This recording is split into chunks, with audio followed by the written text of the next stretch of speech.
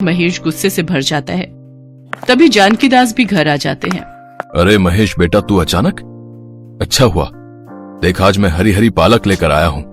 तुझे पालक का साग अच्छा लगता है ना? बहू, आज इसके लिए पालक का साग बनाना। और कितना झूठ बोलोगे पिताजी, मुझे सब सच पता चल गया है। सुमन ने मुझे सारी सच्चाई बता दी है। मैं कुछ समझा नहीं बेटा, कौन सी सच्चाई?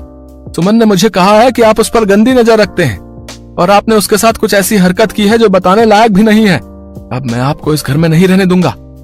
यहाँ से चुपचाप चले जाओ, वरना मैं भूल जाऊंगा कि आप मेरे पिता हो। तुम ये क्या कह रहे हो महेश बेटा? ये सब सुनने से पहले मैं मर क्यों नहीं गया? तुम जानते भी हो सुमन बहू ने तुम्हारी पीठ पीछे। सुनो, अगर अभी इसी वक्त ये घर से नहीं गए तो मैं जहर खाकर मर जाऊंगी।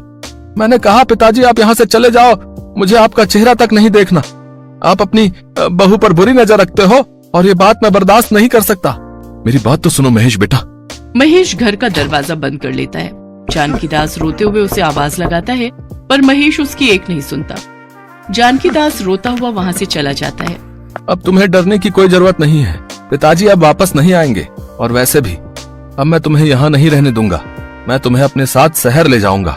अरे नहीं नहीं, अभी तो वैसे भी पैसों की तंगी से परेशान हो, अभी तुम वापस चले जाना, फिर जब सब कुछ ठीक हो जाए तो मैं आ जाऊंगी। अच्छा ठीक है, फिर मैं परसों वापस ही कर लेता हूँ। सुमन के रास्ते का एक कांटा उसके ससुर को वो घर से निकलवा चुकी थी। अब वो चाहती थी कि जल्दी से जल्दी महेश शहर लौट जाए ताकि वो बेफिक्र होकर रोशन से मिलती रहे। पर कहते हैं ना, गुनाह कभी न कभी सामने आ ही जाता है। महेश को एक दिन बाद वापस जाना था।